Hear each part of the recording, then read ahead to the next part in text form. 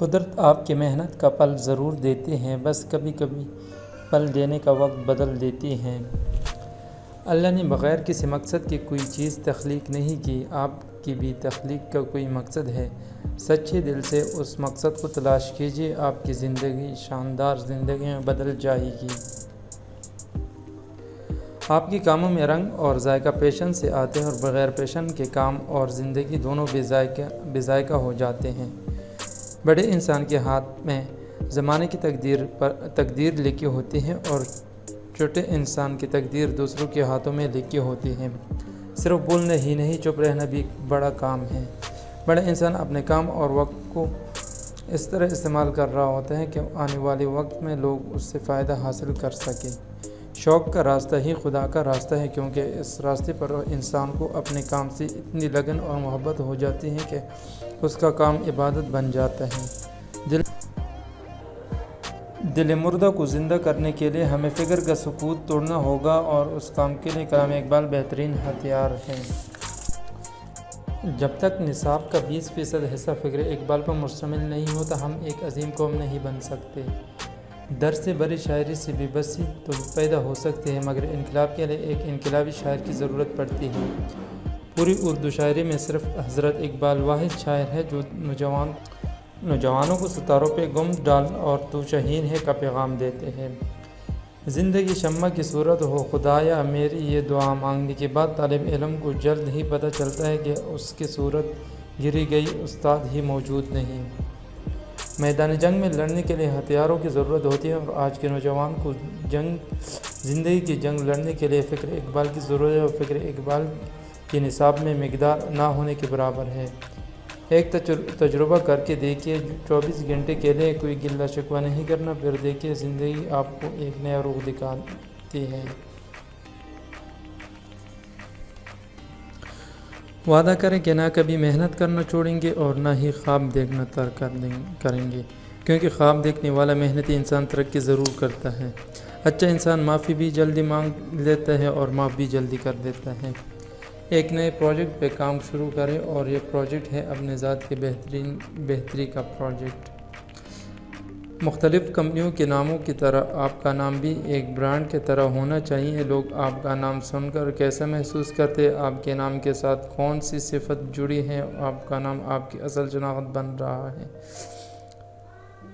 بعض لوگ ہر مسئلے میں ایک اچھا موقع تلاش کر لیتے ہیں، اور بعض ہر موقع میں ایک مسئلہ تلاش کر لیتے ہیں۔ بعض اوقات ناکامی ہمیں یہ سکھا رہی ہوتی ہے کہ یہ تمہارا کام نہیں، تم کسی اور کام کے لیے پیدا ہوئی ہو۔ ہیرو منفی حالات میں خیالات کو مثبت رکھنے کی روحانیت کانٹوں کے درمیان پل بننے کا نام ہے، اندھیروں میں روشنی کا نام، اور نفرتوں کے درمیان محبت بانٹنے کا نام روحانیت ہے۔ چھوٹے افکار و خیالات کے چنگل میں سچائی کی تلاش صرف صاحب بصیرت کے لیے ممکن ہے۔ وہ ذاتی پیمانوں کے بجائے عضولی قوانین کو پیمانہ مانتا ہے، اور جب کسی کی جانچ کا پیمانہ اتنا اعلیٰ ہو تو وہ صاحب کہلانے کا حقدار ٹھہرتا ہے۔ ہمیں فزکس، کیمسٹری اور ریاضی پڑھانے والے استاد کے ساتھ ساتھ ایک ایسے استاد کی بھی ضرورت ہوتی ہے جو غفلت کی زندگی کو شعور کی زندگی میں بدل دے۔ ظاہری ہنگاموں سے گزر کر باطن کی دنیا کا مسافر بن جانا روحانیت ہے۔ خود پرستی کی تمام محرکات کو نظر انداز کر کے سچا خدا پرست بن جانا روحانیت ہے۔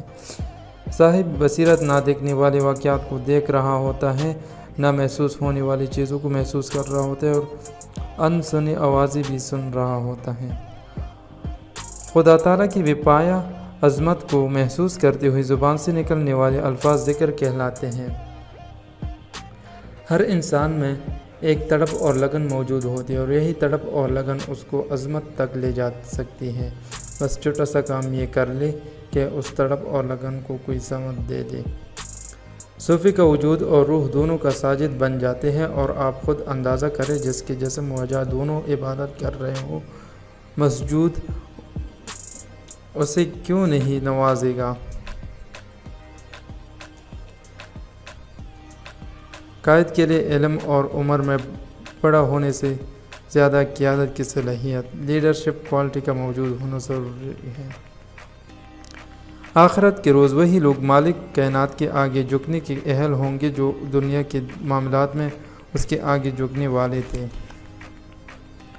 ہمارا ہر کام اقرار سجدہ کا عملی ثبوت ہونا چاہیے، یعنی ہمیں نماز میں کی ہوئی سجدے کا عملی ثبوت دن میں کئی بار فراہم کرنا پڑتا ہے۔ آپ بڑے کام کر رہے ہیں، بہت اچھا ہے، مہربانی فرما کر دوسرے کے چھوٹے چھوٹے کام بھی کر دیا کریں، کیا پتہ وہ ان کے لیے بڑے کام ہوں۔ ہم انتخاب زمین پر کر رہے ہوتے ہیں اور تقدیر آسمان پہ بدل رہی ہوتی ہے۔ پریشان رہنے سے بہتر ہے کوئی مصروفیات تلاش کر لے اور کوئی ذمہ داری قبول کرے، کیونکہ مصروفیات انسان کم پریشان ہوتا ہے۔ شکر گزاری کا مطلب یہ ہے کہ ہر نعمت منعم کی طرف سے ہے، اور نعمت پر سب سے زیادہ حق بھی اسی ذات کا ہوتا ہے جس نے نعمت سے نوازا ہے۔ سب سے پست درجے کا علم وہ ہے جو آپ کو نہ خالق سے ملائے اور نہ مخلوق کی خدمت پہ اکسائے۔ اللہ جب کسی بندے کو حقیر کرنا چاہتا ہے تو اسے علم سے محروم کر دیتا ہے، اور جب بندہ علم والا بن جائے تو اسے اپنا علم بہت ہی حقیر محسوس ہوتا ہے۔